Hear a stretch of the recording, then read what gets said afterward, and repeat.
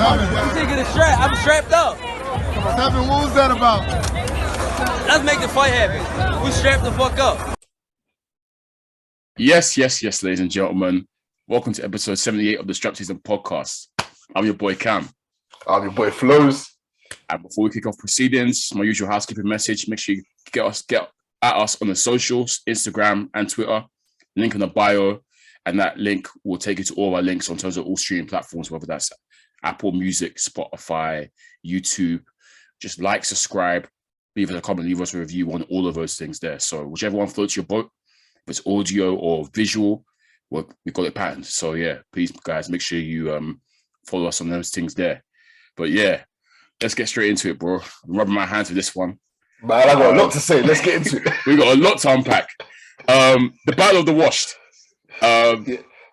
Do you want to start with the main event straight away? Yes. We'll talk about the undercard after. Let's get straight to it. Yeah, I don't care about one fight undercard anyway. So yeah, we'll get straight into it. Facts. Let's start with let's even start with the gloves are off. Let's do the whole build up. The whole build up. All right. We'll go to the gloves are off. We'll do the press conference. We'll talk about 80 spot. We're talking about it. All right, cool. Yeah, the Battle of the Wash. Khan Brook, Amir Khan. 10 plus years in the making. More than 10 years. Definitely more than 10 years. Finally went down yesterday. Me and you, I think we called for, we wanted the fight to be entertaining, and it definitely was entertaining, definitely delivered. But yeah, as you said, before we get to the fight itself, build up, press conferences, everything was a mad thing, to be honest. It was just, it was what we expected it to be, right? I don't know, definitely, it's what I expected it to be in terms of the chaos. Just chaos. Pure chaos, bro. Between both of them. It was just drama, back and forth. Yeah, beautifully promoted the fight, man. It just got too many talking points. People were talking about this fight. For the whole week, people were talking about this fight.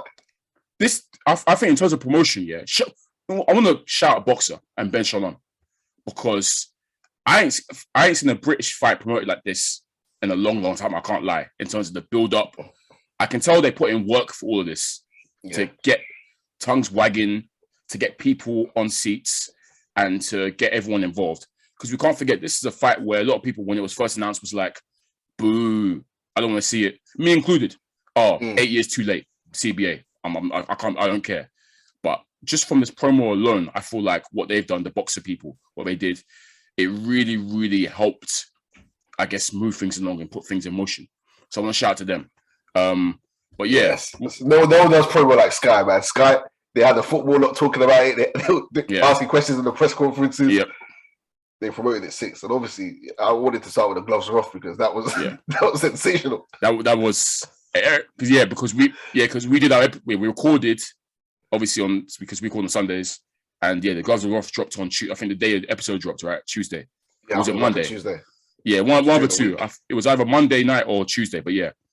So yeah, we weren't able to, I guess, unpack that before obviously to record the episode. But yeah, that gloves are off.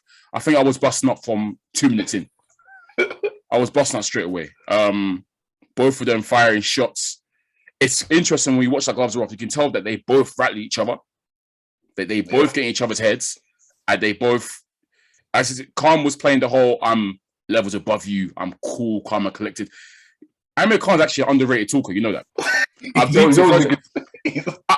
don't think I ever took in his talking ability, but he's actually in terms of building a fight, he's very underrated at talking. He knows how to rile his opponents up and get in their heads and rattle them. And Khan Brook will always bite every single time. But I want to give credit to Kel as well, because he was able to fire back as well. I think there's a line when he said, like, what did he say? It's going to happen to you again. You're going to... He's like, you're going to get knocked spark out. You know what it's like to be knocked out. It's going to happen again. Then Khan was silent. Khan's face...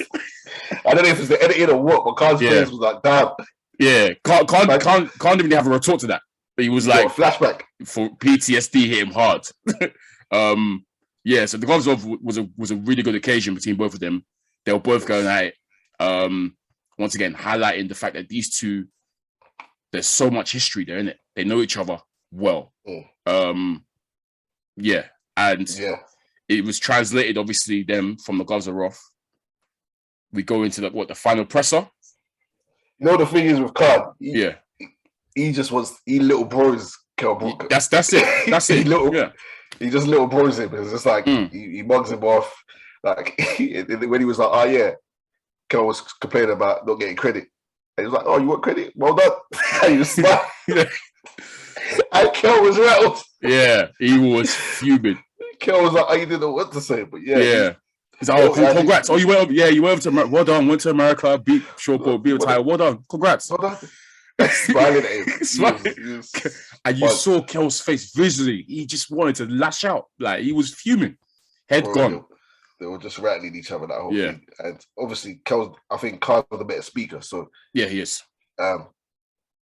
He always looked like he's gonna get the better of the exchange of mind games at least. And the general consensus. That's what he's been for the last 10 years. And the general consensus was from like the people, just like the boxing heads, like Khan. In terms of like gloves are off. 1-0 Khan in that sense. He got the better of him. He got the better of him, and the gloves are off. I think 1-0. I just know Kell can't talk. Kell just. Even Johnny Johnson said he's too stupid to be rattled. Yeah, Kell's just not a talker. So yeah, I don't think. I thought it was 1-1. Like they're both rattling each other. Khan's the better speaker. It's not about all this talking. This is just building up. Yeah, but yeah, onto the press conference. Onto the presser. Even more chaos. Even more chaotic and messy than the first one. When the gloves are off, and the first presser. This is the presser where Kell said, what was it? He said that they shared a room together. Kell said, they'll break. They've asked Kell the question in terms of the history between the two, and in terms of where the rivalry started. Kell obviously said, it started from the juniors. She shared a room with Khan. They shared a room together back in the juniors. Khan's basically come out and said, "Hey yo, pause." Hey yo, hey pause. Khan was like, Khan said, "Don't say that. That sounds wrong, especially what I've heard about you." And that just went spiraled into what? Wait, someone called some. Wait, who called each other? No, Kell said. Khan said you've been wanking. Who made the wanking comment? It was Kell Brook. You remember? Yeah. The webcam video of Khan. Yeah. Yeah. So yeah. Like obviously Khan was doing these innuendos trying to suggest, that Kell's gay. Even wait. Yeah. Straight away. Kell went straight for the neck. Yep. So you're the one who's been whacking off on gay side. So obviously from that, Khan has to say something. So that's when Khan brought up the whole. Kell made comments before in the past about how he's going to break Khan's Poppadom chin. And so Khan, who knows it's not I know he knows that Kell wasn't trying to be anything racial. He knows. But he's trying to spin it and said, "Oh, what do you mean by that?" Basically, he was like, "Oh, yeah. What do you mean by that? Is that got anything racial, racial connotations or whatnot?" Obviously, Kell's like, "No, bro. Like, come on now. Poppadoms are fragile." Did you see? It was Ingle who leaned over to tell him to say fragile. Yeah, Kell's dumb. Let's be real. Kell's stupid. Kell didn't know what to say. He was on ropes. Yeah. When Ingle let over and told him to just say fragile. Yeah. But yeah, of course, obviously, it's great guerrilla warfare from my man Khan. Yeah. Turn the people against Kell Brook. Like only we know what. Only he knows what he meant, but I've heard the term poppadom wrists and poppadom ankles in football. Yeah, like, that's a regular comment, and it has nothing to do with race. I like India, man. Poppadoms are hella fragile. I can tell you that for free. Hella fragile. But yeah, smart from Khan. Only Kell Brook knows what he meant, but from what I know, poppadom chin is nothing to do with race. It's used commonly in football anyway. Especially as you consider who Kell has around him a lot of the time as well. One of Kell's best friends is called Amir Khan. You know that? Yeah. He's got Amir Khan, because I kept getting confused because he kept saying Amir. But he was referring to his boy. He's got one of his boys in his camp is called Amir Khan. Yeah, he's from Sheffield, man. The Ingle gym, like you've got, there's a mixture of big, like, melting pot of different ethnicities and whatnot. So, I even thought he was half Indian for time. For time, because he looks in it. Yeah. Yeah. The amount of time, I remember one time I found myself Googling, is Kell Brook black? Because obviously... This is before I knew his history. Because obviously I'm preying his dad. I'm like, his stepdad's white. Yes, that's what I'm saying. But then I clocked that. Okay, that's not. So apparently his biological dad obviously left him. So he was stepdad came through and I don't think he has a relationship with his biological dad. But Yeah, his skin tone is kind of like brownish, kind of. So, yeah, it's for time I thought it was Indian as well, especially considering how the gym he's come from. But you got guys like Nassim and what's it called, Ki Galahad. They're all like Arabs or Asians or whatever. So, yeah, man. But yeah, that was fine because in the midst of all that chaos, going from a gay jibe to a racial jibe, you got Adam Smith in the middle trying to control them. Just couldn't control them. He's like, guys, let's focus on the fight. They were trying to have a back and forth there. Khan kept saying, I wanted to clarify. And Adam Smith said, no, guys, let's focus on the fight, please. He actually had to shout above them because they were working. Yeah, that's a PR nightmare. It was because, did you know, I don't know if you watched, I actually watched two versions of it because I watched the Sky version first, the one that Sky drops. They actually cut that out. You know, they cut that out. So that's when I had to quickly go to IFL and check Coogan's version so I get the full whatever. Sky cut that out real quick. Yeah, I watched it live and they didn't upload the press conference. Everyone else uploaded it before them, but I was like, they're going to cut this up. They're going to cut this out. Proper cut. Smooth transition as well. Shout out to them. But yeah, that was definitely a PR nightmare. And afterwards, like, I was pre all the interviews and stuff. Bare of them had to like apologize and clarify statements and say, we don't condone this in no shape or form, etc. It was quite funny. But yeah, presser was chaos, as expected, chaos. And it wasn't even just between the fighters. Let's quickly talk about how Dom Ingle, who is the pro rattler in this thing, seasoned rattler, drew out Bomac expertly as well. That was so funny. Dom Ingles basically said, Bomac, you've been mad quiet. Like usually you're loud, raucous and whatnot, which is true. Bomac had been hella quiet up until that point. And that little draw out there, Bomac rise to the occasion. Let's be real. He came out shouted. He came out sweet. At one point they were beefing more than Khan and Brook, the two traders. But that's what Dom Ingle does it all the time. He loves to throw shots at the opposite trainer. He likes it, man. Bomac loves it too. Usually, but he got rattled though. He got seriously rattled. Yeah, I'm surprised he was so quiet early on, but it's nuts. And obviously, we go on to the Kell Brook now talking about what's it called, not making weight. Said he might come in overweight and all that stuff. And that was all my games. Yeah. Some people were saying he should. Some people said he should come in healthy, come in overweight. Some people were very much against it, saying it's not safe. Yeah. And it was the question of what he should do and what he shouldn't do. But it was all mind games for me. All mind games because we saw the next day the weigh-in, Kell Brook's coming bang on weight. Bang on weight. He didn't look drained. He looked all right. He didn't look like he was struggling or anything. Like he looked fine. But you saw, I think you highlighted as well, after his weigh-in was done, my man went and downed a bottle of water real quick. Bro, he was. I was like, this guy's gonna come in huge. He started hydrating immediately. He's always been a very big. I mean, obviously, this was made at like a catch weight of 149, I believe, right? Yeah. But yeah, Kell Brook, even as when he was at 147, always a massive welter. And I guess him making welterweight has always been an issue for us for his entire career. So yeah, we knew he was always gonna have a massive size of man. He's naturally a bigger man. Can't forget that Kell Brook started his career at welterweight, whereas Khan started at 130. So Khan's 135. I think Khan's first at 130. Yeah, he started at 130. So Khan's naturally a smaller guy. Even when they were fighting in the junior ranks or amateurs, I think they said Khan was lighter than Brook and whatnot. So he's always been smaller. But yeah, the mind games didn't stop there, bro, because fight day now, before the fight, obviously all the undercard fights were done. We're thinking, let's get it. We're here. Next thing we know, we hear there's a delay in the ring walks or Kell Brook's ring walk because there's been an issue with the gloves. I'm still not too sure what the issue was. I'm assuming that it was Khan's camp complaining about the gloves that Kell Brook had.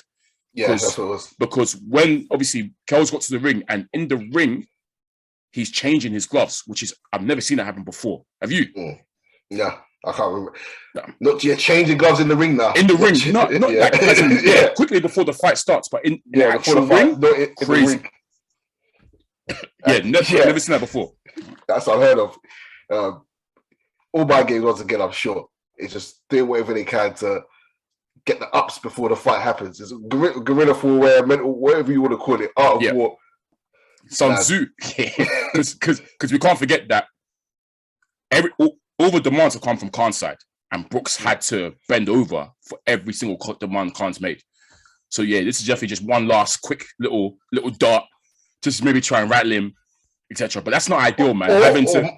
Or maybe put the fight off, because apparently they were like, well, Kel said, they said if you don't wear these gloves, you're not getting paid. Yeah. And he was like, okay, yeah, give me the gloves. There's bread on the line here. It's interesting as well, but yeah, it's not ideal, really, listeners, because obviously when you get gloves, the first thing you naturally, when you put your gloves on or whatever, you test them out in terms of you sort of punch them in, if you know what I mean. You hit the pads a couple of times and just sort of break into the gloves and whatnot. So he's almost coming, obviously, with naked gloves in that sense, which is not the most ideal thing, but it didn't really matter, as we saw. Bro, let's talk about the fight, man. Let's talk about that fight. We want it to be entertaining. It didn't have the many knockdowns which we wanted, or actually, let's talk about the ring walks. Okay, ring walks, fantastic. I knew the ring walks would be sick. Well, obviously, I knew what Brook will come with, because obviously, All the Lights is his theme song. He comes out to that and always fights. The live piano was cold. Fantastic. All of Lights piano was cold. First of all, of Lights is probably one of my favorite Kanye songs of all time. Yeah, legit. Like, it's a top 3 Kanye song to me. So I have it on up there for me. Yeah. But to have that little, it's wavy. But to have that piano, the slow piano at the start, before we hear the all of the light, nah, I was gassed. I was too gassed. I was too gassed, bro. I said, yeah, this is it. This is his best All of the Lights intro that he's done. Yeah. Cold. But not one to be one-upped. Khan's come true with a banger as well. Shaka Khan, Ain't Nobody, one of the best songs ever. Banger. Absolute banger. And it's interesting as well, because obviously that's Terence Crawford's song. Bit more mind games, because obviously Bud in the cut as well. Obviously he's always happy, smiling. Yeah. Even my bro was like, "Oh, Bud in the back. That's I don't care. That's a flex." Yeah, it is a flex. Kind of it is. A flex. That's Bud, man. That's one of the best boxers alive. The last guy to knock you out. Exactly. Yeah. That's what I say. Mind games. The ring walk, his theme song, and Bud there smiling, chilling in the back. Yeah. It's all like he said. It's all showmanship. It's all mind games. It's all guerrilla warfare, that kind of stuff. And it actually changed when he got in the ring. You notice it changed to like one of the Rocky songs. Yeah. Yeah. But yeah. I like that. I like that little touch as well. But yeah, shout to Shaka Khan, man, banger. A lot of people were saying Khan looked nervous in the ring walk. A lot of people. I'm not surprised. I didn't really notice it. I didn't notice it. I wasn't paying attention. I didn't notice it, but I heard a lot of people saying it. I'll be nervous too if you're about to fight the man that you've been ducking for 10 years. But to be honest, his ring walk, they showed him walking from like the backstage. They showed the whole walk kind of thing. So yeah, I don't know. I watched it back and he did look nervous. He was like taking deep breaths. He weren't. Brother, you spent 10 years avoiding this guy. Why wouldn't you be nervous? Let's get to the fight. Yeah, as I've said, I think we now saw, watching that fight, we can see why, ladies and gentlemen, why Amir Khan spent 10 years and more ducking Kell Brook. The fight didn't like, obviously we called for wrestling and rolling on the floor and bare knockdowns and them, talking to each other and whatnot. But it was high octane from the start, to be honest. Mm-hmm. It started how I thought it would start, in terms of Khan looking quick. He's always been quick. He's always had brilliant hand speed. His best attribute is his insane hand speed. But Kell, his best attribute is his composure and his timing. And timing always beats speed. Always beats speed. And Kell, if he had a timing pattern as he always used to, his timing is amazing. It's going to be a foregone conclusion. Khan's very efficient with his punches as well, Kell Brook. He's always been mad efficient. Yeah, he's always he doesn't throw in bad combinations. He's very precise. 1-2. Yeah, and that 1-2, but he, like in his prime, was the best in the world. That 1-2, down straight down the pipe, elite. Yeah, very precise and economical with his punches, but you feel him and they land because he's very good at timing. Khan started like the typical buzzsaw Khan, I guess, just, on the back foot, moving around a lot, bombing, quick jab, triple jab, double jab, piston like jabs, trying to find combinations. Kell Brook, great defense. What I like about that, like what I saw from Kell was he didn't allow himself to, because a lot of opponents, right, they get, I guess, overawed by Khan's speed.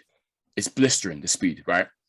Khan will fire off bare combinations. He fights in flurries and short bursts, and you can get easily overwhelmed by the speed. But Brook was like, I'll take a step back here. I'll roll with the punches, etc. And as we know with Khan, when he attacks, he's probably the most open guy in the world. He's so open.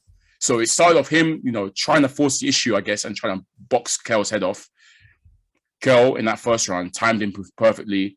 As we saw, I think it was the last minute of the round. Kell's caught him with a big shot. Khan's legs gone straight away. I said, uh-oh. And then, that turned the tide for the round, and Kell just went crazy and started hitting with big shots, etc. And to be honest, Khan did well to survive that first round. I can't lie. He could have gone in that first round. He could have gone. If he got hit with the right shot, he could have gone. Yeah, it's crazy. Yeah. But I wanted to shout out Kell as well. What you said, he was. Well, I guess when you've been watching someone for 17 years, and you know them. Like usually, what stuns when he goes over to America, he stuns them with the speed because they know he's fast, but they've never been in the ring with him. They never sparred him. They never. But he's been watching Khan. He knows. Yeah. So his head movement, his footwork, when Khan was like trying to let his hands go, was good. He was making Khan miss a lot of them shots. Yep. Especially in that first round. But Khan looks fast still. He still looks fast. He's rapid. Yeah. He's rapid. He'll always be rapid. Well, not always, but you know what I mean? Like, Kell was doing well to negate all of those punches landing. He was using head movement. He was stepping back. He was doing some good stuff there. I can see why people have trouble with Khan in terms of, like you said, just that speed will really get you at first. You're thinking, wow. And we've seen him in blitz guys. Who's that brother? Was it Le Greco that he bashed out in 30 seconds? Just pure speed. Like, you're thinking, my goodness, like he can really, if you allow yourself to get blitzed, he will blitz you because it's you can't defend against that really. But you see, Khan, in his prime, if fights were 4 rounds, he'd be the best fighter in the world. In the world, in the flipping world. I've said this as well. People like to call him Khan, but 4 round fight, he's killing anyone. I see it. I've always said he's a great boxer in terms of his attributes. He's got a lot of skills. What lets him down, unfortunately, which we saw again in this fight, what lets him down is obviously the Papadon chin, but also I probably should say that. You're trying to get us cancelled, me. Obviously the glass chin, but he's not the smartest fighter. He never has been the smartest fighter. I've always said if Khan had like the IQ of someone like a Mayweather, or to if any boxer had the IQ of a Mayweather, but a competent IQ, deadly.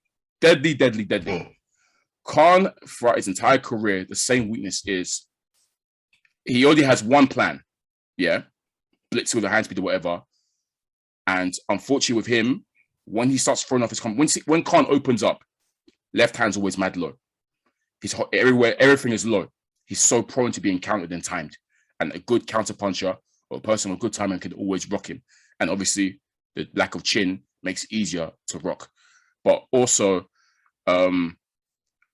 Khan, when I say about IQ, is even when rocked or when he's in exchanges, Khan has always seemed to feel like he's got a scrap and be involved in the exchanges with his opponent.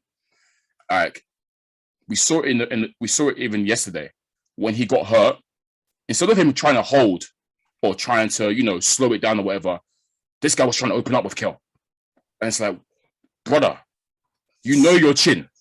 He's had that same. Do you remember the Maidana fight when he was rocked so bad in that round, and even the commentators like Khan has to hold, and he refused to hold, hands down, trying to swing it out and whatnot. Khan seems to want to get involved in scraps and on the inside when he doesn't have a chin, and that's a recipe for disaster. As opposed to just staying on the outside, using his range, his reach, and his speed to slip punches and whatnot. He's been the same from day one, bro. It's the same. It's always been the same. And honestly, what it is to me, I wouldn't even. We say IQ, of course, it's IQ, but his heart's always bigger than his head. Like he wants to, for his head. He wants to scrap. He wants to fight. He believes he can. He's a warrior. He's a warrior. I'll give it that. He's a warrior. He wants to scrap. He wants to scrap. So when he knows he's got the speed, so he's thinking, you way that punch me, I'm gonna let my hands go. But I would have obviously liked to see the IQ, the craft in there, the ring.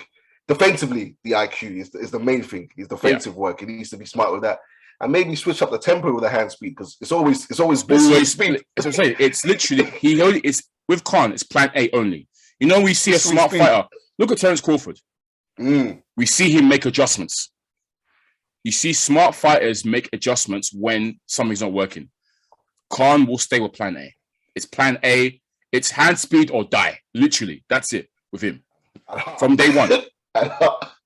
Because the Maidana fight, he was hurt. Badly. He survived. He survived, and he done well to survive. And I was like, we criticized this guy. He got put down in that fight, didn't he? No, he actually didn't go down. He didn't get. Maidana got dropped. He dropped Maidana afterwards. The body shot. With a body shot, he got hurt. He didn't go down. That's the part where I thought maybe he does have a chin, but it's not a chin. He just has heart. He just has heart. It's not a chin. He has you heart. can't have a chin when every big shot rocks you and stiffens your legs, which we saw in this fight. Heart. And this is why, I always tune into Khan when he was in his prime and when he was fighting quite well position. I would tune into every Khan fight. Bloody exciting because he's either going to blitz his opponent with wonderful combinations in hand speed, or my man's getting rocked himself / dropped / whatever. Every Khan fight's mad exciting. This is why he was a star in America, because of the fact that he's mad exciting to watch. That's why he made his name. That's why he did such a whatever he did over in America. So they thought he was food. See, not even food because at one point he was a big draw. Like they probably he was favorite against Garcia. He was a favorite to beat Garcia. He's food then. I think it was don't forget the Maidana fight's what made him. That was fight of the year, and that's what had everyone over in America tuning in to see him. Who else? I think he bashed up Devin, and he was highly rated in America. That's his best win. That's his cleanest win. Bashed him. Destroyed Malinaji. Destroyed Judah. He's waxed them. Brother, they look in America. Khan is a huge name. He's a huge name. Who else? There's another one he slapped up. I can't remember, but not just he's had a good career, man. But a lot of those guys were kind of washed. Yeah. Ola Maidana was Maidana. Obviously, the fight. Don't forget the fight with Lamont, which was controversial. He won. Obviously Peterson got the W, but really and truly, Khan won that fight. That was very controversial. I swear Peterson afterwards he got done for doping as well, didn't he? I think you're right. He did. That rings a bell. Because I remember Khan said in an interview it made sense because he said Peterson kept getting stronger and stronger. Yeah, it did make sense. Memory. Yeah, man. Yeah, bro. I'm a historian. First round, Khan rocked badly. When he got rocked, you saw he put his hands out like it's not hurting me. I'm fine. The bravado came true, but you see, Brook didn't even rise to it. Laser focus, stalking him and whatnot. I think Brook even smiled where he was laid into. You're smiling. It's like, yeah, you gonna feel it today. Second round now. One thing I get back to one thing about Khan, he will get hurt, but he's got decent powers of recovery, good powers of recovery, to be honest. Because I think when the second round started, he looks all right on the legs. They're not too shaky. I think I actually gave the second round to Khan. He done well that round. I think maybe until the end again. Again, well that round. I think that round was he done well that round. I think he done okay. I gave 2 rounds to Khan. I think most people gave him 1, but I actually gave him 2 and 3. I think one of them he done well throughout. Like I didn't think he would really get past. That was second. It was the third round where he was doing really well. I gave him the round, but the last 30 seconds, guess what? Caught again. Big shot lands, and he's in trouble again. And once again, he just about survives to the bell. And this is what you're seeing. Like Khan, I think as a boxer, in terms of you can see what the game plan for Khan has to be. Stay on the outside. Do not stand in front of Brook. Use your legs, circle around or whatever. Good footwork. Stay on the outside. You'll beat him to the jab each time. You beat him to the punch each time. Just stay on the outside. Don't get sloppy. Don't have your hands low. Don't get caught. And just keep, on the outside. But as we said, Khan's heart gets too big for his head. He wants to put on a show. He wants to scrap. The moment he allows himself to get even close to Brook, it's a wrap. And that's what happened each time. And then if you notice as well, I think after it was from the fourth round, total domination, bro. Brook was having his way, timing my man, Khan slowing it. We said, Khan, as you said, Khan's really a 4-round fighter. Well, as in this version of Khan, it's only 4 rounds, and then he crumbles. Yeah. He slows down. Brook had already started investing in the body to slow him down. I was saying, Brook, go to the body. Yeah, from the fourth. Yeah. It was from the fourth where it was finished. It was done. The fight was done. I think there was a real air of inevitability about it ending for me, because I kid you not, bro, every single semi-big shot that Kell Brook threw at Khan's chin, Khan's leg gone. Yeah. Every single one. I don't think I've seen this before, yeah? It wasn't even like it was so many, but every single one was single. Like, as a boxer, you see, not every big shot. In fact, no, not every big shot should be staggering you. Like most boxers you see, they take a big shot, they can ride it, whatever. Even the ones that weren't even properly landing was still shaking my man. Like, and we got to a point where I think in the 6th, it was a jab that got him. To be fair to him, he was taking all these shots. That's hard. That's hard. From round 1 to round 6, this guy did not go down. He was taking these shots. Hard. It's similar to what was happening to Wilder. Wilder's getting banged up. Banged up. Exactly like Wilder against Ortiz in that first one, and also Fury as well. Yeah. Yeah. Literally, like, just wobbly legged, somehow surviving, either getting a holding if you could, or just taking the shots and just not going down, refusing to go down. Yeah. I'll give him credit as well. When he was throwing and when he was landing, he was catching Brook with some shots as well. And unfortunately, Brook was getting countered in some portions. There was portions he was piecing up Brook. But unfortunately, he doesn't have the pop. And I'm questioning, maybe Brook's punch resistance is washed as well. So maybe he could go down because he was getting caught. Yeah. But he was eating them and moving forward. Fine. For me, Khan has never been someone that has concussive power. His KOs is pure accumulation and speed. He hits you with so many and the volume is so much that it's just like it overwhelms you. You get me? It's not like painful like pop. You get what I mean? Yeah, it was just daze you and before. Yeah. So whilst Brook has that, we know Brook's got that. So yeah, it got to the point where you saw Brook wasn't respecting Khan's power, bro. He was just stepping to him, just stalking him, walking forward in a straight line, not even trying to move. Yeah. And Khan single shots, single haymakers at points as well. Yeah, I think he calmed down. He had to calm down. Yeah. I can tell at that point he was just like, I'm gonna get him. Yeah. Like I think Dominic Ingle took him in and said, "Brother, relax. You've got him where you want. Just chill. It's gonna come." But yeah, man. That air of inevitability was there for me. Anytime Khan opened up, I knew he was gonna get tagged with a big shot and his legs will go. 6th round now. I mean, it's 4th round, it's gone like that. He's been beat up. 5th round, beat up. 6th round, it's happened again. He got caught in the first 10 seconds of the 6th. I think it was almost like a jab. It was a light punch. Remember, I think you said you think Khan's faking it because he froze. Because he just he didn't move. I was like, is he because he hasn't gone down yet, and he will still be surviving, and he will still be trying to trade. So I was like, how's this guy eating these punches and still here? You're Khan. You should have been. I said you're Khan. You should have dropped to the first, but he was surviving. I was like, this guy maybe he's trying to try and get Brook to punch himself out or something and drag him into the late rounds. I didn't know what was going on. Nah, man. But yeah, we saw what happened. Yeah, but Brook's gone in and getting there wasn't a count, was it? Or no, yeah. What did you think of the stop? Let's get to the stoppage. What did you think of it? It was too early for my liking. Yeah, only because beforehand we were saying I want to see someone touch canvas, someone at least. For my liking, I personally felt it was the referee jumped in too quick, but at the same time, I think he did the right thing.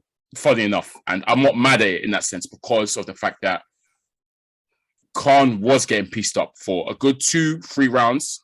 Yeah. Khan was getting bashed up. Bashed. And he was never going to... Khan was never going to quit. For Khan to stop... For Brook to stop that fight, he's going to have to knock Khan's spark out. Because you saw Khan's heart is massive. Heart of a warrior, bro. He would have somehow just stayed up for it throughout until you drop my man. Until he physically particularly for this fight, his heart would have been, because I think the Crawford fight, he gave up. He just couldn't be asked. He got dropped in the first round in that fight, and then he survived for like 5 more rounds, and then he saw it out and thought, let me get out of there. But this one, he was straight. His heart was on full display. Yeah, I didn't like the timing of the stoppage. I didn't like the moment the ref jumped in, because he could have jumped in before. He could have jumped in maybe after. At the time of the stop, there was no barrage really from Brook. Brook was maybe, I think he was trying to set up shots. Yeah, I think he landed like 2 shots. Yeah, and he hadn't really unloaded. But I guess Khan wasn't throwing for that. Khan wasn't throwing back though, to be fair. Yeah, so, for that fight, but he was surviving. He was surviving. And he wasn't under an onslaught at the time the ref jumped in. The ref just thought, I've seen enough of this, and let me stop it. Again, to be fair to the ref, I can see why, based off what you saw in the past 2 rounds. I'm not mad at it. I'm not mad at it. I'm not mad at it, to be honest, because it could have been earlier. It could, but better point. I felt. Yeah. It's only me being selfish as to why I said it was too soon, because I was thoroughly enjoying. The spectacle was sick. I was gassed at, but I was on my sitting up the entire fight. Like I was so in the zone watching that fight. I was gassed. I was shouting, blah blah. I was happy in the sense that I wanted to continue. But I'm praying it now. I'm thinking to myself, it looked like a beatdown at that point. Khan wasn't throwing back. He wouldn't have got anything back. You saw Khan's face afterwards compared to Brook's. Like his face was mash up. Like he got brooked. He got brooked. He got brook up. You know what? I hear it as well, because I felt like a fight this magnitude needs a decisive finish. Yeah. It needs it. But it was a beatdown. It was a beatdown. The referee's in there to be more human. This was barbaric. Let's be honest. Yeah. We're happy. We're watching a guy get beat down, back up, and we're enjoying it. Yeah. And everyone's cheering. We're watching the referee done the compassionate thing where Khan's not too embarrassed by that ending. The rest of them was saved him from getting hurt badly, decisive finish, knocked out, slumped, or taking too much damage. The ref's done the right thing for me. He's seen enough, like I said. He's seen enough. He doesn't need to stop it. Okay, now it can get dangerous. I've seen enough. You've been taking a beating for 2 rounds. Decisively 2 rounds. You've been running. Not even you've been surviving. I would say running. He was using his feet. He was doing it decent to survive, but he was on survival mode really for the last 3 rounds before obviously it happened. So yeah, man, it was time. So yeah, I was at the stoppage, and I'm kind of happy for Khan that stoppage came at that time. He doesn't deserve embarrassment like that. I'm happy. Obviously, he's still going to be hurt that he lost this, because obviously after all the talk that he gave about how his levels is going to show Kel levels, etc. I knew Brook will get this, man. I looked at the 2 of them. I looked at their skills and weaknesses. I just knew that Brook has always had this guy's number, unfortunately, from a boxing point of view. And Khan, I know he's ducked in for 10 years. It's obvious. It's quite clear. And it's going to hurt, this loss. It really is going to hurt. But I'm sure the money he's made from this is going to sweeten it. And people are going to be talking about this fight regardless. So he's had a good career. I mean, afterwards now, Khan's interview, he's basically more or less he hasn't confirmed it officially, but he alluded to the fact that, this is it for him now. He said the love isn't there for the sport anymore. He's had 40 fights. Khan's had 40 fights. He's had a long career. He's achieved a lot in his career, man. Both had a long career. Yeah. Both had 40 fights. Yeah. 2-time champion. At lightweight and welterweight, or was it two-time light welter champion? I can't remember which one. I think it was IBF and WBA at one. Okay, cool. Yeah. So actually, fair enough. Yeah, man. Olympic silver medalist. Sold out arenas in America and the UK. He's been one of our finest exports, to be honest, recently, and he kind of started this whole. Remember his Olympic medal. What was it? Was it Beijing? 2012? Or Was it? No, way before that. Yeah, Was it Athens? Before that. Beijing was 2008. Yeah, 2008 was Beijing. It would have been. Yeah, but okay. So he would have started the whole Olympian thing. Like he was like one of the first. I remember. Well, obviously, I guess Audley back then, but yeah, we know how he turned out to be. But yeah, you know what I mean. Like he really like, I guess, kickstarted the whole obviously Olympians doing well and then transitioning to the program. It was deeper than that, because I was talking to one of my boys who's a pro, and he was like, he was adamant there will be no AJ, there will be no the girl, there will be none of these man. Brother, because they were going to shut down the GB boxing program. Yeah, they were going to shut down the funding until I guess Audley Harrison and Amir Khan. I suggested Audley Harrison. I'm not counting Audley Harrison. No, it's not like this. They both medalled. And the fact that they medalled in their times is the reason. He was more specific with Khan that they were going to shut it down, but because of Khan's medal, silver medal. I know maybe because obviously Audley's medal I was a lot younger back then, obviously. But I've watched Khan. I watched that Olympics, and I was rooting for Khan. The moment I saw him, I said, "This kid is special. Like he's going to medal here, whatever." And I know after that I remember there was a huge interest in the amateur setup in the UK when Khan medaled. Like afterwards, he was that. He definitely brought through a lot. So yeah, man, he's done a lot, man, and he's been one of our finest. Obviously, he's easy to corn because of the losses that he took and the way he lost, the lockouts and the knockdowns. But as I said, from boxing skills perspective, he's a brilliant boxer, man. He had a lot of tools, and yeah, he's had a good career. It definitely is the right time for him to call it a day. No shame there. I know this loss would have hurt him, but it is what it is, man. It is what it is. Look, called it a day time ago. Remember, he's come back from 2 layoffs now. Time ago. Yeah. After the Canelo, he had 2 years out after the Canelo loss. Yeah. Even that Canelo loss, I said he should have retired after that because that was a really bad knockout. He kind of did, but he came back, then fought a bit, some time off, and his last fight was in 2019. So yeah, his heart's not been in the sport for time. After the Crawford loss, you could see my man. Then he done a quick money grab against that Billy Dib. Yeah, like a light welterweight. He was lightweight or something. Billy Dib is tiny compared to him. Pieced him up, grabbed his money, and this was probably doing us. I think he done the British public. Here you go. Here you go. Don't say I'm ducking. Here damn. Yeah, fair play to him, man. Fair play to him. You can't say he's scared of. I don't know. It's weird because he's fought people he shouldn't have fought, but he just avoided Brook. Maybe he just didn't wait Brook, or maybe he was scared of losing. I don't know. He was scared. I'm telling you, from day one, he's been scared of Kell Brook. He's known that this day will come. He should have dunked it forever. Yeah, I was even surprised. He should have got him early. He should have fought him early. Yeah, I was even surprised when. I was even surprised when this fight actually got made because I thought to myself, Khan's never going to make this fight because he knows. You know when you know someone's got your number. Like he was just, he knows. He's always known. I feel like, but yeah, in the times I would have backed Brook. I would have backed Brook. Yeah, easily. He's more fundamentally sound. Yeah, was early. The only time maybe was early on. That's you could have got him. Back when Brook wasn't so focused. Earlier. Yeah, and don't forget Brooks had focus issues from early. Like remember he was when Brook first started, he came through like a tray, I guess, and then he kind of lost focus and had a couple of performances which were very bit dodgy and whatnot. He wasn't really. I think Ingle said before, like there were even times when getting Kel into the gym to motivate him to train and stuff was tough. So yeah, that's when Khan could have got him. But in their primes, Kell Brook is definitely the more sound boxer.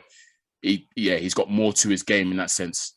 Not knocking Khan as a boxer, but yeah, I've always thought that Kell Brook's just better. He's more fundamentally sound, more solid overall, as opposed to Khan, which is his biggest weapon is his offense, but that's also his biggest weakness because he's always left himself open when he attacks and stuff. He hasn't really got the defensive skills like that, and he gets caught easily and gets timed. A lot of respect after. Which I said it though, Peter. Yeah, because it's you respect anyone that puts their life on the line in that sense. And yes, they don't like each other. I know they don't really like each other, but I also know that some of it's also played up for the cameras and Yeah, Khan just is a little boring him. I felt Khan didn't really hate him. He just wanted to. He just been a little boring him. Like, yeah, and rattling him and trolling him. Kind of thing. Yeah, for sure. Like you hear Khan say that he doesn't even remember what the sparring. That's why I do that.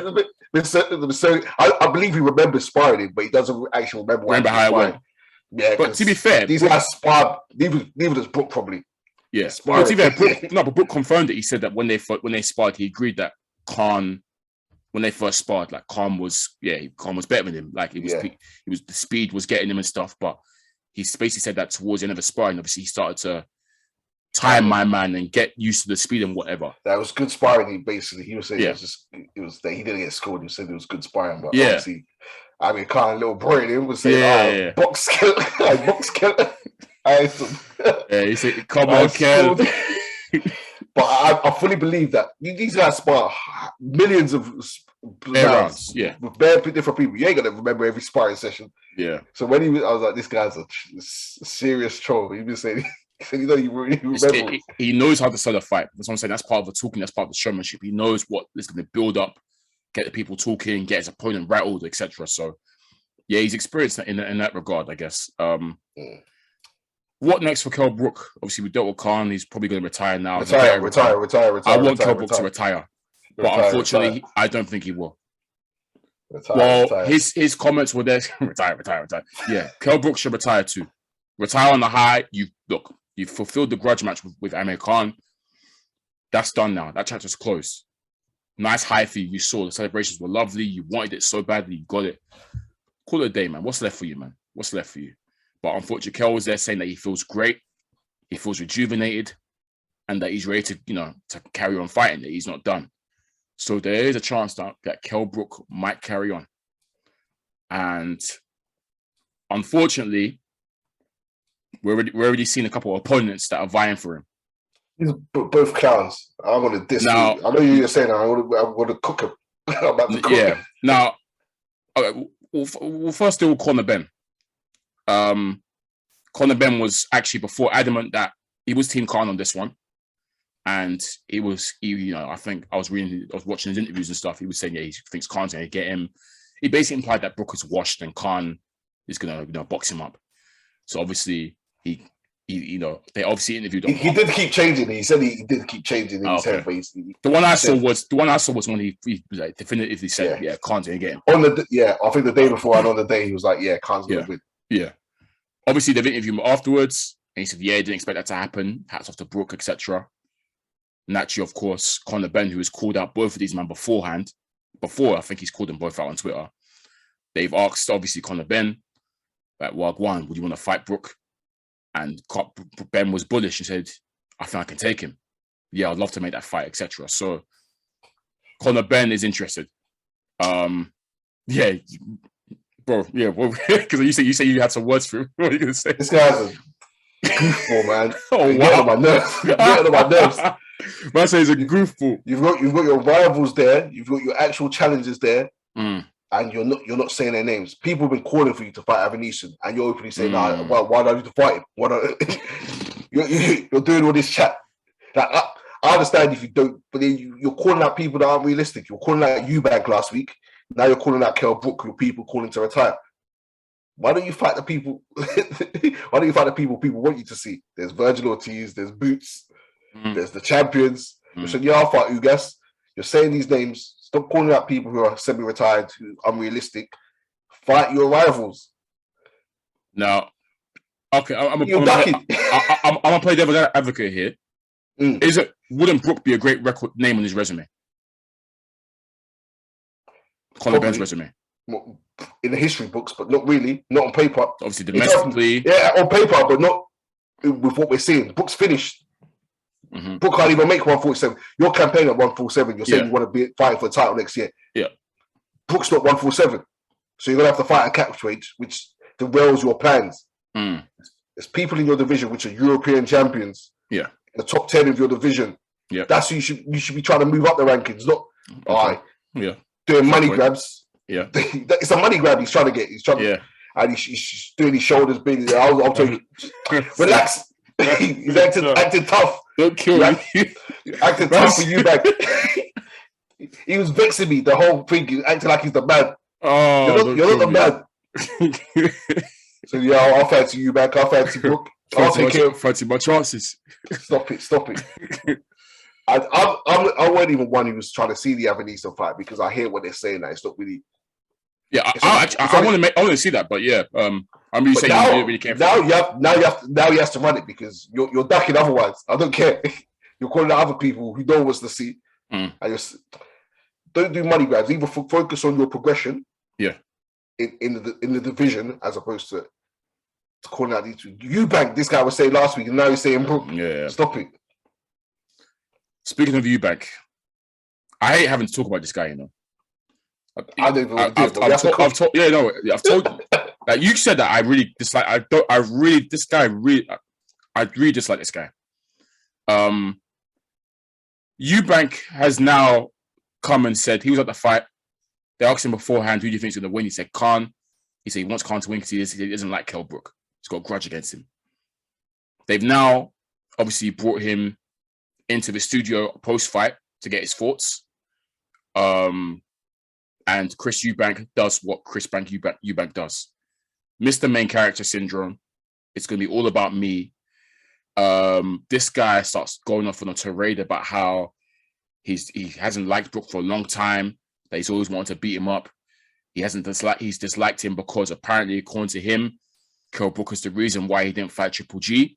So because of that, he's held a grudge against him because of that, because he took the Triple G fight away from him. Wait.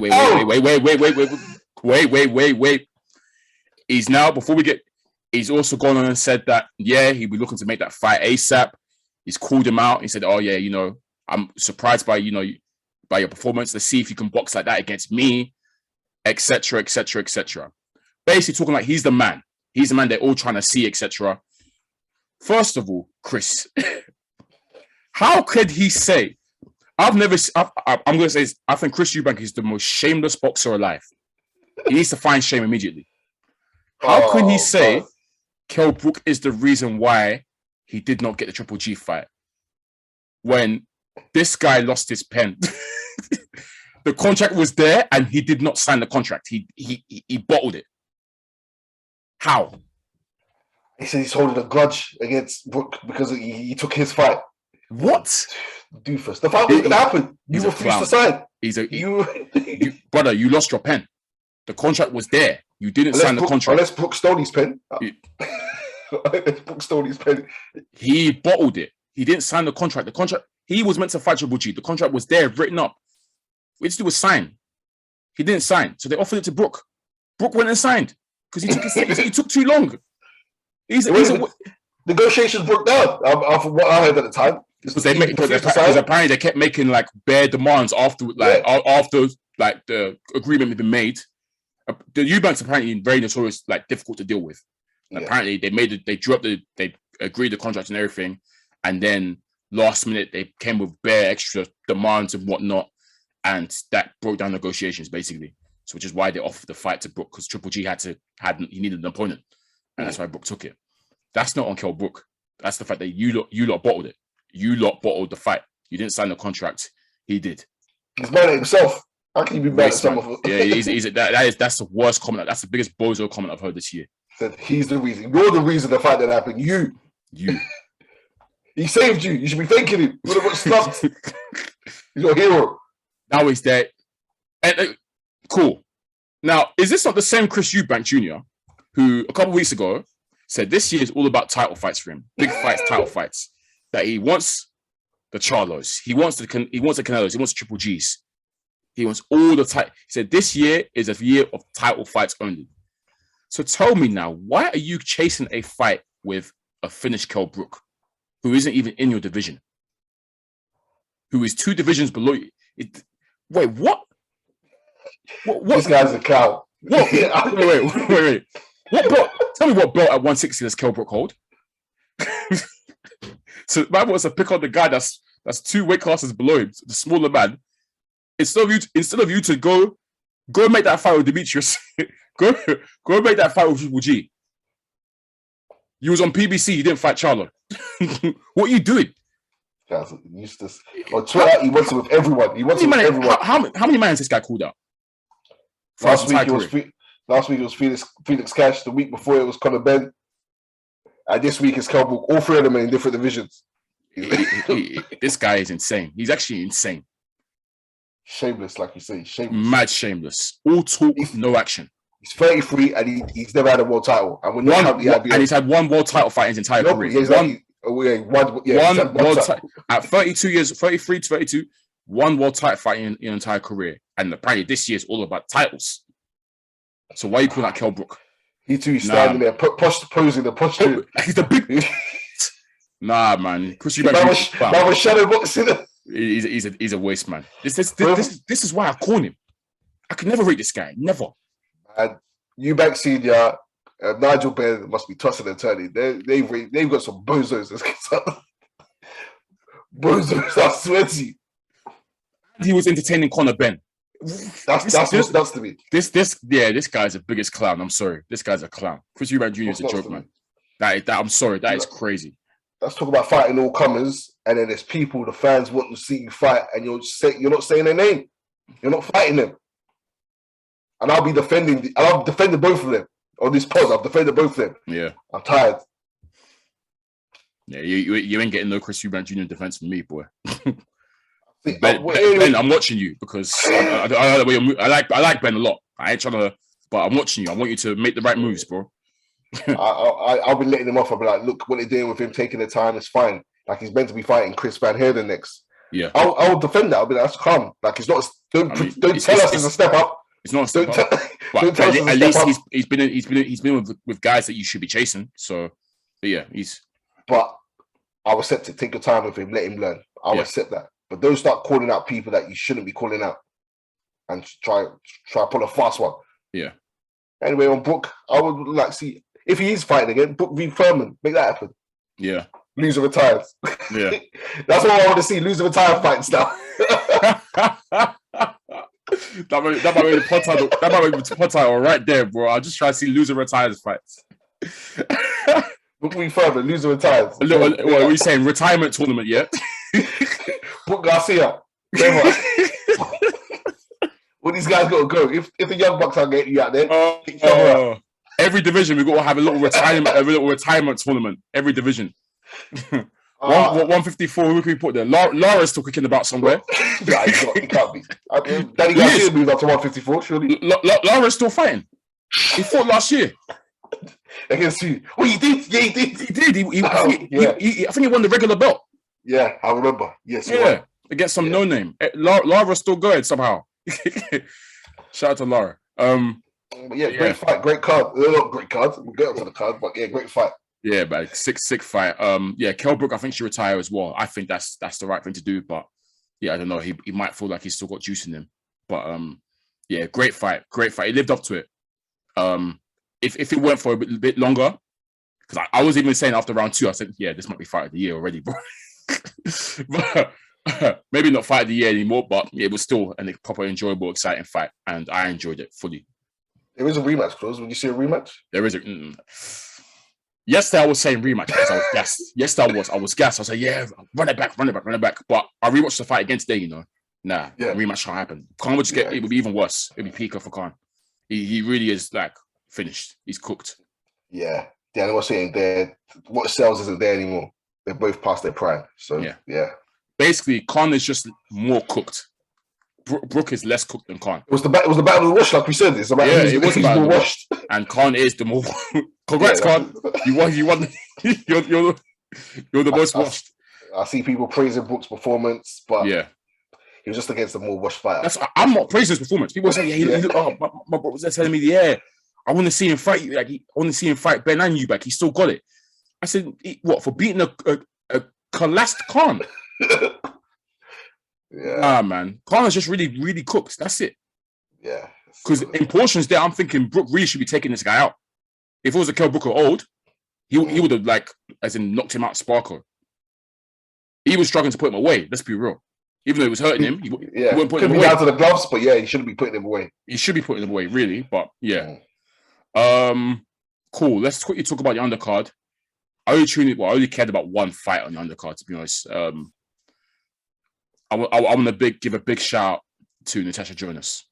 A great prophet, a great poet once said, if at first you don't succeed, brush yourself off and try again. And we've seen Natasha Jonas try 3 times now. And finally, on the 3rd time of asking, she's won the world title. I was so happy for her. Yeah. So happy for her. She was again, I think the opponent was Uruguay. What's the opponent's name again? I think it was Chris Uruguayan. Namus. Yeah, Namus. I think Namus. You're so cultured, bro. Yeah, Namus. I think she's from Uruguay. Yeah, she is. Cavani was in the cuts. Sorry? Cavani was in the crowd supporting her. Yeah, shout out to my boy. El Matador, my guy. But yeah, he's doing everything but playing, he is. But yeah. So happy for Natasha Jonas. I think she destroyed this Namus chick in 2 rounds because she's moved up of a division, hasn't she? She's I think she moved up for this fight. Super welterweight, this is now? Yeah. 3 weight division she's moved up. Yeah. So unfortunately, obviously her last two world title fights, they're both against Katie Taylor, no? Nah, Terry Harper. Then the Terry Harper one, and then yeah. And second one was Katie Taylor, wasn't it? Yeah, tough fight. Both times though, she performed superbly. Just unfortunate not to get the W. I'm so happy that it must have been so tough, you know. You lose 2 title fights, you're thinking, what the hell? Am I the level? Am I good enough? I'm happy that she sticks it out. And she, tried a new weight class, destroyed this chick in 2 rounds, inside 2 rounds. Even from the ring walk, I could see it in her eyes that, she really means business tonight. She's gonna go through this girl. I wasn't too familiar with this Namus chick, but I know she's been able to some decent opposition. I think she went the distance with Christina Hammer, I think. Or was it Michaela Meyer? One of the 2. I think it might be Meyer. But she's been in with a few decent opponents. But from that first round, Jonas was all over her, blitzed her, dropped her towards the end of the first round. This is why I'm going to let Flowz come in and say what he usually says about women's boxing, because she's dropped her. And what happened, Flowz? The bell rang 2 minutes into the round.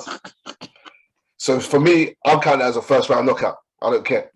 I'm counting it as a first round. 2-minute rounds to women, no favors. She drops her, and then the round was over. If it was a 3-minute round, fight over.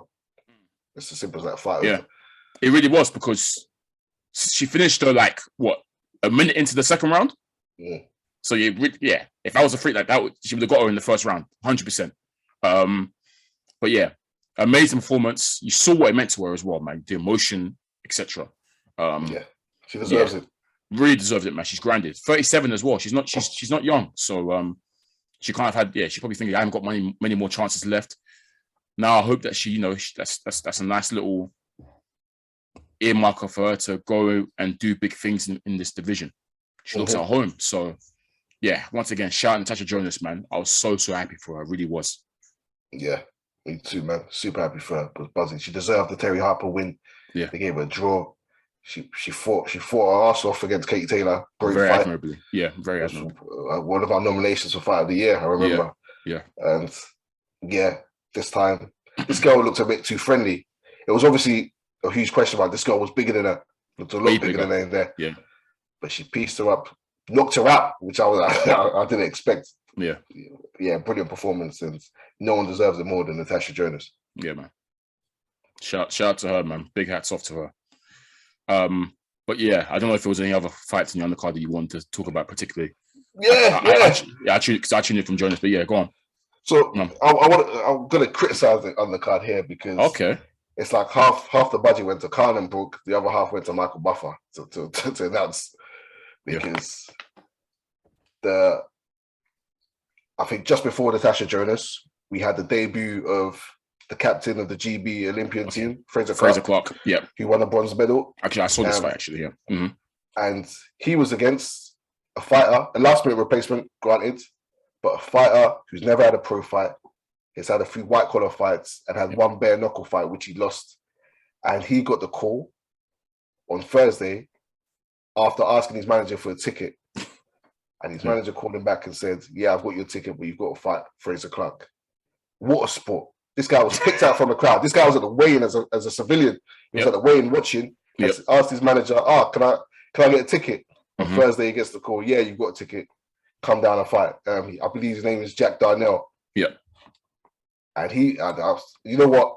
I made a lot of people money. I told him, look, anyone who wants to bet on boxing, they're giving odds on this guy who's never had a pro fight.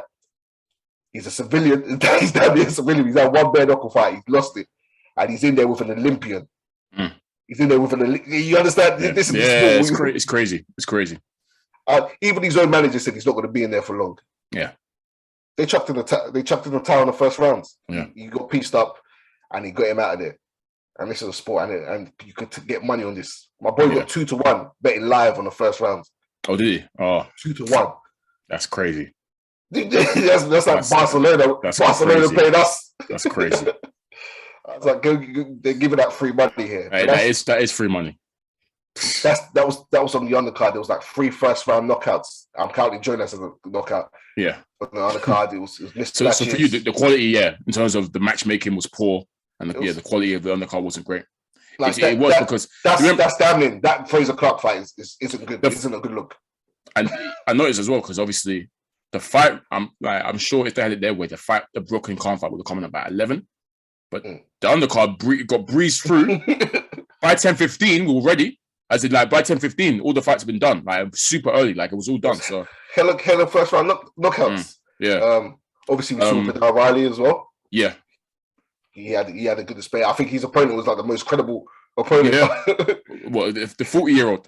Yeah, but he's been in there with people. He's been in there with people, yeah. He's not Riley, I think Riley dropped him and then was a comfortable 6-round W for him. Good to see him back. I know you got high hopes for him. Hope to see him on more of his cards to see what if he can get his career back on track because he's talented, isn't he? So, yeah, he's good. He'll one to watch. And I think. He's on our list, isn't he? Yeah, he looks small for cruiserweight, but he does. Yeah, skills. Stories we've heard of him aspiring and in camp, he's piecing up these champions. So yeah, hopefully he goes fight. He's still young anyway, but yeah. Poor card. If Eddie Hearn put on that card, my gosh, they would slaughter him. I promise you, bro. They would slaughter him. They would, yeah. But I've noticed everyone's loving Adam Smith and loving Sky now that Eddie Hearn's left. People hate Hearn, man. Yeah. They hate him with a passion. Probably bigging up Ben Shalom. Try to pit Ben Shalom as like the new, the new power guy or whatever. But I do like Ben Shalom. From what I can see from him, he seems a smart guy. He seems to be doing his thing. But Sky, Hearn even said that he feels like Sky are pushing boxing harder now that he's cut. They have to. Well, everyone has to. Everyone has to step up. And Smith was like, no, it's just we're all trying to step our game. Like you can't remember, bro. You left us. You took everyone, so we're gonna have to step up. It was praise. It was praise from Eddie Hearn. It wasn't like he was digging this and then. He was he was giving them praise that these are good cards. Yeah. Yesterday's card wasn't great, but they're putting on good shows. They got Michael Buffer down. Always nice to have him. I was surprised to see him. Yeah. Yeah. And they've announced a few more cards, which I'm really looking forward to. So, I'm glad to see Sky doing their thing. Yeah, man. Yeah. It's good to see them carry on. I guess sticking with Sky, I think, we can close, I guess, that little review of the Brook Khan card. But sticking with Sky, we've got another big fight on Sky this next week coming up. We saw a little snippet of it. I guess during the build-up of this one, they did a little teaser of the gloves are off. It's between Josh Taylor putting all his belts on the line against his mandatory challenger, Jack Catterall. These are all of his belts at 140 pounds. This fight's up in Scotland. And this is going to be on Sky as well. This is going to be on Boxer as well. So, man. What to say about this one? I mean... Not much. Not much to say about it, really. Jack Catterall's been super, super patient. Super, super patient. He hasn't fought in 2 years, bro. Waiting for this shot. And the shot's here. I didn't really have any feelings towards this fight. Obviously, I'm going to tune in because I want to see Josh Taylor. But obviously, I've looked at the snippet. The behind the gloves are off isn't out yet. It drops probably when this episode drops on Tuesday.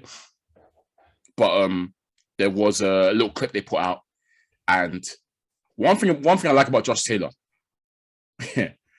He's quick to get aggy. He's very quick to talk. Same energy in the ring, out the ring. Every proper, like when you envision like an angry Scotsman, that's him. Like aggy Scotsman, that's him. If he catches a show of disrespect, he's coming at your neck. And in that gloves are off, you saw, I think Jack Catterall made a comment about, Josh maybe not, Josh really not wanting the fight, not wanting, basically like not looking to take the fight, kind of almost implying that he's ducking or whatever. And the way Josh snapped at him and said no, he said it was COVID and injuries, basically. He was injured. He said, I was injured. Yeah, I was injured. I'm not going to fight injured, am I? And he shouted at him. He said, it's done. I was injured. End of. Next question. He said, next question. I was injured, you clown. I was injured, you clown. And he said, next question. He said, yeah, all right. Carol said, all right. And he was like, yeah, all right, next question. So that little snippet there, I thought, this gets okay. Yeah, I'm definitely gonna. So it definitely that little snippet kind of got me a bit excited for it, I guess. In terms of the fight itself, I rate Jack Catterall. He's a good boxer, good boxer, solid, technically sound. But there's levels. We said it before. There's real levels to this thing. That's all there is to say. To be honest, that's all there is to say. I don't think he wins this fight. He shouldn't win this fight. I think the best opponent on Jack Catterall's resume, dare I say, is O'Hara Davis. Yeah, you say you're right. Boy, if it's and Josh Taylor, he's been in with who? Regis Prograis, Ramirez. Beat O'Hara Davis more convincingly. Who else? Did he beat Postol as well? Did he piece up Victor Postol? Was it Postol he beat, or was it Branchuk? One of the ones. One Eastern European guy. I think Baranchik, he beat up. Yeah. Bro, levels. Wait, Postol. It was Postol. Yeah, it was. Yeah, it was Postol and Baranchik. Yeah. Okay. He's watched hell of fighters. We know about Ramirez and Regis. They're elite, world-class fighters. Postol and Branchik aren't slouches either. They're great fighters. Vasquez, yeah. Brother, levels. He's caught bodies. Yeah. Levels. If Jack Catterall wins this fight, that's upset. That's upset already. There's I promise you, there's no other fight can beat that as upset of the year. That's upset of the year already. If he wins this, it's interesting though, because remember we said levels about a certain Teofimo Cambosa's fight. We were adamant at levels. Yeah, but there's difference in character as well here. Yeah, but at the same time, only weakness I can see, or only way I can see Jack Catterall winning this fight, because Josh Taylor has made no secret about his ambitions in terms of moving up and fighting the Terence Crawfords and Errol Spence. He's made no secret about the fact that 147 is where he wants to be at next. He's already called out Crawford. He's ready. In fact, I think he's called out all them men at 147. Yeah, he has. So if he's overlooked Jack Catterall and not really cared about this fight, I'll be honest, I don't think he want this fight anyways. But obviously mandatory, you might as well defend the belts that you've won. You've worked hard to win it, right? At least have one more fight. And it's a homecoming fight in that sense. It's in Scotland. So do that. But if he's been overlooking him in terms of looking ahead to 147, because we know he's going to move up, it could be an upset. But even then it's slim. Even then it's slim. There is, I think that he could have a bad night, and I still think he wins. Yeah. In Glasgow as well. Yeah. He can have a bad night, and there's levels. Good enough to win. Josh Taylor is probably the best British boxer today right now. And even if it was a close fight, I still think he'd take it. Yeah, he is unreal, but yeah, levels. Like I said, Catterall is no slouch. Catterall is good, and he's done well to get to the position. But you compare the resumes, bro. It's peak. Once again, you never know how good an undefeated fighter is until he steps in the ring. Until you see him, yeah. With a high level position. But yeah, I think Josh Taylor's got this. He's actually it can't be O'Hara Davis. It can't be. That can't be the best player. I think it is. That's crazy. Oh, wait. I've seen him a few times. Yeah, my gosh, he's O'Hara. It is. His last two fights were underwhelming. They weren't against anyone. Guya and Schwartz, they haven't even got a Wikipedia link. And then Amador, I can't click onto their pages. Before Harry Davis, it was Tyron McKenna. A bunch of opponents that don't have links on it. Yeah, man, it's levels, man. Yeah, best of luck. Play that to Ramirez, the Thai fighter that was undefeated when Josh Taylor took him out. Remember the guy he beat? One round. Yeah. He came in with a reputation. Prograis, Baranchuk, Ryan Martin, Postel, Vasquez. Like, these are all after each other as well. Yeah. Crazy resume. He's only got how many 18 fights? 18 fights. And he's done this. Yeah, man. He's levels. It's levels. Hopefully he hasn't overlooked this guy. Hopefully he's taking this. He's talked as if like he's gonna. The way he's talking to Taylor, I've listened to what he's saying. He said he's gonna dismantle my man in a couple of rounds. He said it's gonna be easy, quick work. I hope it is. I hope I hope he's like focused and whatnot. And maybe if Catterall, obviously I do like to see needle between the fighter, and if Catterall's rilling them up, that's good mind games in that. But I feel like Josh Taylor isn't the type of fighter you want to rile up. I think that'll just get him more angry. So yeah, we'll see in it. But I'm fully expecting a Josh Taylor comfortable win here, for sure. One more fight I want to talk about that's going on next week. It's worth mentioning as well. Lawrence Okolie's in action. On the Sunday actually, which is weird, but they found another Polish opponent for him. I swear he's fought bare Poles. But yeah, against Michał Cieslak, if I'm gonna guess. Yeah, just another title defense for him. Don't know anything about this opponent, to be honest. Let me take a look in terms of who he's been in with. He lost to Makabu in 2020. He beat the Nigerian one, Durodola. Oh yeah. I swear he's lost to everyone though. But he beat him. But that's about it really. So yeah, I don't really know what to expect. Keep active fight for Tony then. Yeah, just a keep active fight for him. Keep sharp. What someone's done. Yeah, keep active. Let's just. I ain't even talk about man. Yeah, it's keep active fight for him. Expecting a Okolie KO, to be honest, probably. Most likely a Okolie KO.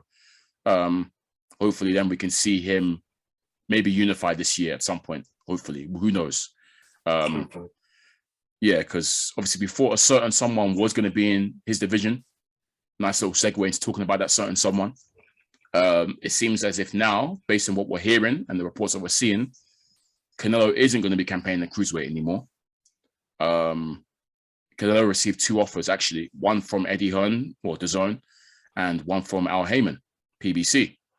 Both offers were roughly around the same amount of value, 100 million for 2 fight deals. Because obviously Canelo is a free agent at the moment. So the DAZN deal was 400 mil. It was fight Dimitri Bivol for his title at light heavy, and then fight Triple G for the trilogy. Whereas Al Heyman's counter offer was fight Jamal Charlo at 160, and then go and fight David Benavidez at super middleweight at 168. Apparently, Canelo has gone with DAZN's offer, which I'm not surprised at all with. But if I'm being honest, I think I would have rather seen him take Al Heyman's offer, if I'm being honest with myself. Because you don't want to see the trilogy. Literally. Yeah, literally because of that. I like the Bivol fight. Great fight. Great fight. But I really don't care for seeing Triple G Canelo 3. I really don't care for it. Seen it twice already. Both of those 2 fights both were 2 of the best fights of recent memory. 2 amazing fights. But I feel like I want to see Canelo against other people. I want him to carry on doing this around the world thing, taking out all the good people, basically. That's what I want to see. And we've seen him against Triple G twice now. And what makes me not want to see even more is it's not the same Triple G. We've said it before. He's declining. He's fading now. He's almost 40 now. Maybe if it was Triple G back then, I'll be more on like, yes, run it back a third time. We're going to get another classic on our hands. But I thought this current Triple G just gets washed back in there, to be honest. I don't think it's the same Triple G. I think you've said it before. Huh? He could turn up. He could turn up, but it would have turned up harder if he was more in his prime. It's not the same Triple G. He is fading a little bit, and Canelo seems to be getting better and stronger. So, that's why he doesn't have that same allure anymore to me. Obviously, I'm still tuning regardless because it's still going to be a great fight, I'm sure. But yeah, I feel like him fighting Charlo and Benavidez, two guys who we haven't seen him fight before, as opposed to one guy we haven't seen him fight before, that appeals to me more. But again, not surprised he's gone with Eddie Hearn and DAZN. They've got a wonderful relationship. He likes Hearn. He likes that setup over there. It's probably just easy for him to work with them. Yeah, it's a no-brainer, I guess, from his side of things, especially if the money's around the same. So, yeah, not surprised about that one. What about you? Do you really care in terms of obviously? Because I know you're not very happy. Well, you're not a fan of Charlo and Benavidez calling this guy out and whatnot. And yeah, you feel like you still feel like they don't deserve it, right? I don't think anyone deserves Canelo as such, because none of these guys are really fighting each other. They're not fighting the other champions. They're not unifying. They're not making themselves irresistible. They're just happy to take a paycheck. They all want a paycheck. Yeah, they're happy to be the B side and collect money. You're looking at offers from 4 different weight classes. So Charlo's middle, super middle. No, middle. Oh yeah, one more talking. Charlo's middle. And then Benavidez is super middle. Yep. Bivol's light heavy. Yep. And Golovkin's what? Middle. Yeah. So 4 different weight classes. 3 weight classes. Oh yeah. Charlo and Golovkin in the middle. Yeah. They're both champions in their divisions. Yes. Yeah. None of these guys are unified. None of these guys are fighting each other. Yeah. Benavidez don't have a belt. No, he doesn't. Benavidez don't have a belt. And his best weight, as we said, is category. Yeah. None of these guys are fighting each other. None of these guys are unifying. So why do you feel like Canelo has to fight you or Canelo is stuck in you? He's been that's the thing. No matter which one, no matter which one he takes, which path he takes, you know what the comments are. We've seen it already. Oh, he's stuck. Now that he's going to go. Oh, they're now saying. You see, I knew Canelo was scared of Charlo. I knew he doesn't want that Benavidez work. Now, if he did, if he took their side, they'll say this guy's ducking Bivol. They say he's ducking Triple G again. Or whatever. So, yeah, man, he can't win. He can't win. And he's also linked with McCarthy, who's a cruiser. Yeah. So there's the full divisions there. I'm happy that he's not. Obviously, if this is true, looks to be set in stone almost that he is gonna. Because actually, if it is, I think we've got a date actually. They said April. Did they say April for Bivol Canelo? I'm not sure. I think I've seen a date, or it might be May. I've seen a date already flying about. In terms of when he can get it on. So I think it's pretty much set in stone. Usually May, isn't it? Yeah. But I will say Bivol beats all these guys, all these other guys. I was going to say, my question for you is, out of all of them, which is the hardest opponent for you? Okay, so you're saying Bivol, yeah? Bivol's huge compared to all these other guys. Why do you say that? Okay, yeah, okay. Size, and I think Bivol's beating the better opponents. Okay, yeah. Fair. Yeah, Bivol, the Charlie's not going to beat Bivol. But I'm telling you now. Yeah. Benavidez, I don't think beats Bivol either. Golovkin gets washed by there's weight classes. Bivol's 175. He's 175, and you're talking about 165s. Yeah. You have no intention of moving up and fighting other people. Well, they'll have intention of moving up or moving around to fight Canelo, but no one else. No one else. Yeah, that's a draw my man has, isn't it? He's like, he's monumental, man. He's massive. And my eyes lit up because I just remembered one of these guys, David Benavidez. Yeah. He posted a video saying, Andre, let's get on. And I was super impressed. I was super happy. I was like, yes, this is what we need to see. Yeah. Called that, said, Boo Boo, you want to move up? Let's make it happen. Yeah, that's what we need to see. Let's talk about Boo Boo, actually. Do you find it interesting how, well, not interesting, I think we know why, but obviously Hearn has spoke about trying to find a big fight for Andre and whatnot, etc., etc., etc. Prime opportunities here, but obviously he's thrown up Bivol and Triple G. So I know why. Obviously, money, and I guess the fact that Canelo's pretty much straight up said he doesn't want to fight. He never wants to. Andre doesn't deserve a fight with him after a little tirade. But yeah, man, I would like to be in the wall in terms of that decision. I almost feel like he should have, I guess, offered up Boo Boo in that situation. But maybe if it was Boo Boo instead of Triple G, Canelo might not have taken it, you know. Probably wouldn't have. Or the money might not be the same. Maybe. Boo should retire. You should call it a day. How can you say he should retire? Because the point I was about to make, David Benavidez' manager comes out and says, go on. Came out and says, for us to fight Boo Boo, Demetrius Andrade, we need more money than we will accept for Canelo. They want more money to fight Boo Boo than Canelo.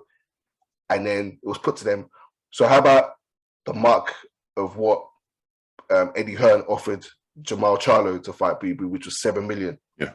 They said, no, we need more than that. Scary. That is ducking, plain and simple. Yeah. For plain sight, ducking. That's basically, we don't want to fight him. Fam, he said afterwards, he said Boo Boo's a really good fighter. It's risky. He said Boo Boo's a really good fighter. It's very risky. That's what he said straight away. It's more risk than the reward. It says so. We need a bigger reward. But we've known this about Boo Boo, that he's a very high fighting is high risk, high reward, low reward to fight him. And that's why I say he should retire. Just call it a day. No one wants to fight him. Retire, or maybe leave Eddie Hearn. In fact, there's nothing you can do. There's nothing you can do. I feel like for him to get the fighters he wants,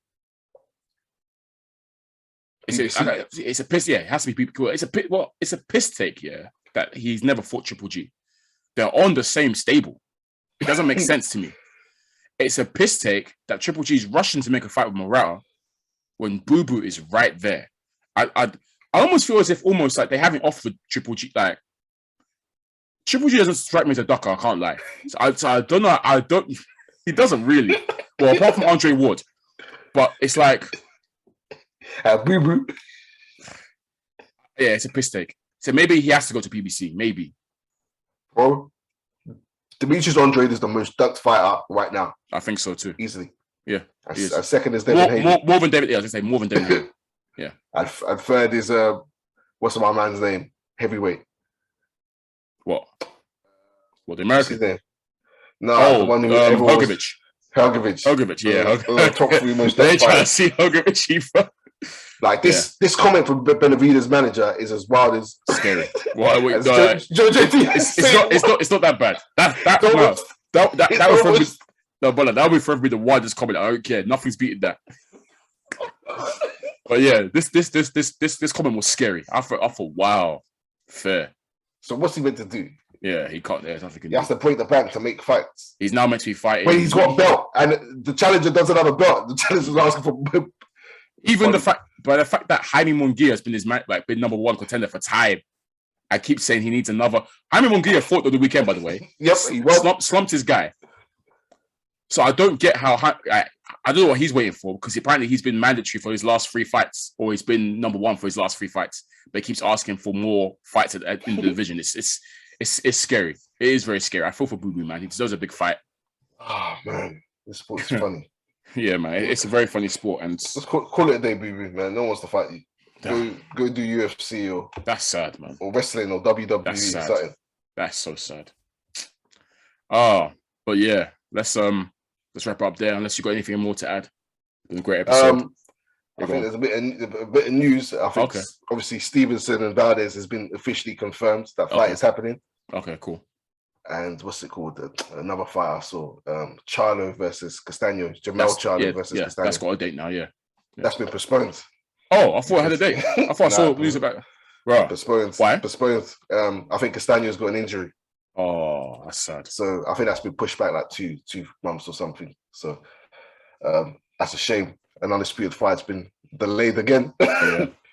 But, any news on what Jamal's doing? He's obviously we saw he got arrested, so I don't know what's happening with his case. Bloody hell.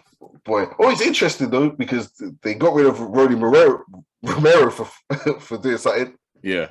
And then they are offering Jamal Charlo fights. Interesting. But, yeah, interesting. Very, very interesting. Yeah, fair enough. Good to see that Stevenson Valdez fight get a date. Yeah, April 30th. So as was rumored. So yeah, that's confirmed. Cool. All right. yeah, man, it's been another great episode. Yeah, another thoroughly enjoyable week of boxing. We'll see what next week brings. But yeah, it's been episode 78 of the SZN Podcast. I've been your boy Cam. I'm your boy Flowz. And make sure you check us out on all the streaming platforms, YouTube, Spotify, like, subscribe, all that good stuff. Peace. Get a strap. I'm strapped up. What was that about? Let's make the fight happen. We strapped the fuck up.